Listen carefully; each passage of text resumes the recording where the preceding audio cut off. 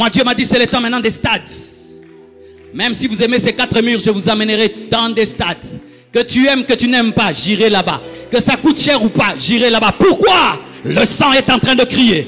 Le sang des croisades est en train de crier. Le sang des stades est en train de crier. Le sang des miracles est en train de crier. Le sang de l'apôtre est en train de crier. Même si tu m'as connu pasteur, tu m'as connu dans les 4 murs, tu ne me verras plus toujours dans les 4 murs. Pourquoi?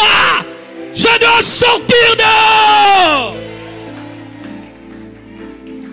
Et le Kwanzamba zo ganga. Et au senga espace. Tu élèves un éléphant dans ta maison. Quand c'est un éléphanteau, tu peux le garder dans ta maison. Quand il mange, il mange, il mange. Oh, il commence à cogner la toiture.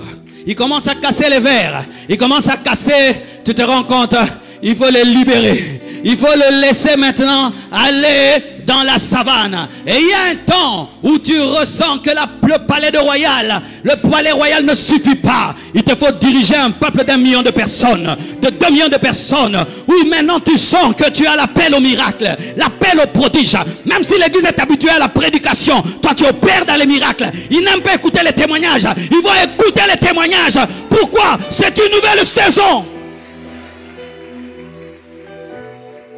Ne demande pas aux Égyptiens de quitter le palais royal, ils ne vont jamais te le donner. Et tellement de Judas, même dans les églises et dans les ministères, des collaborateurs qui sont là pendant un temps, mais qui ont leur propre but. Le jour qui devient fort, ils se manifestent, ils se révèlent. Un Judas, un Judas. Frère, lorsque tu sens que tu es déloyal envers ton pasteur dans ta chambre, dans ton cœur, pleure, tu le seras en public. Si tu me critiques dans mon dos, sache que tu seras déloyal. Si tu contredis mes messages, sache que tu seras déloyal. Si tu n'arrives pas à me dire les choses en face, sache que tu seras déloyal. Si dans ton cœur, pendant que je prêche, tu as des mauvaises pensées, sache que tu seras déloyal. Ton cœur finira par se manifester un jour. Si ce n'est pas aujourd'hui, ça finira par sortir. Ça sort toujours. Alléluia. Ne jouez jamais avec vos cœurs. Ce qui est dans le cœur finit toujours par sortir. Et vous qui vous amusez à critiquer vos leaders dans vos chambres, dans vos maisons, ce que vous faites dans le cœur finit toujours par sortir. On commence d'abord par penser, et puis on parle, et puis on agit. Remarque dans ta vie, quelqu'un que tu ne critiques jamais derrière son dos, jamais tu lui fais du mal. Remarque dans ta vie, quelqu'un que tu ne critiques jamais dans ton cœur, jamais tu le fais du mal. Remarque tout le mal que tu fais aux autres. Tu as commencé par le penser, à le dire en secret, et un jour en public, tu as blessé. Ce papa, pas les toucher au fétiche. C'était un bon frère à l'église. Hein? C'était un bon frère à l'église. Qui vous dit que c'était un bon frère? Les agneaux sautés. Qui vous dit? Il avait des luttes en lui, mais qui ne disait pas. Il avait des combats en lui, mais qui ne disait pas. C'est pourquoi, mes frères et sœurs, ne cachez jamais vos luttes intérieures. Ne cachez jamais vos faiblesses intérieures devant Dieu. Présentez-les afin que Dieu les tue et les crucifie. Sinon, le temps va les manifester. Ça les manifestera. Et sachez que le diable maîtrise le mal. Et quand tu as le mal en toi, lui prépare comment il va manifester le mal. De la même manière que Dieu se prépare à manifester ton onction, le diable se prépare à manifester ton défaut. C'est pourquoi n'ayez jamais une image de vous fondée par l'image des hommes. Oh, les gens me respectent, donc je suis respecté. Non, nous te respectons parce que nous sommes des hommes, on ne te connaît pas. Mais est-ce que Dieu te respecte? Est-ce que Nzamba tosaka yo? Et il y a des gens, comme les hommes les respectent, cela leur suffit. Mais le vrai, lui, c'est un faux de faux. Et lui, il pense que comme les hommes le respectent, il est respecté. Non, tu n'es pas respecté, tu n'es pas un honorable, tu n'es pas un respectable. Ce sont des ignorants qui te respectent, mais le Dieu qui te crée, qui t'a créé, qui te connaît, il te pèse et il dit que tu es léger. Mene tekel phasé. Il y a un homme en toi qui attend le temps pour se manifester. S'il est bon, garde-le. Il se manifestera pour ta bénédiction. S'il est mauvais, tue-le avant qu'il ne te tue.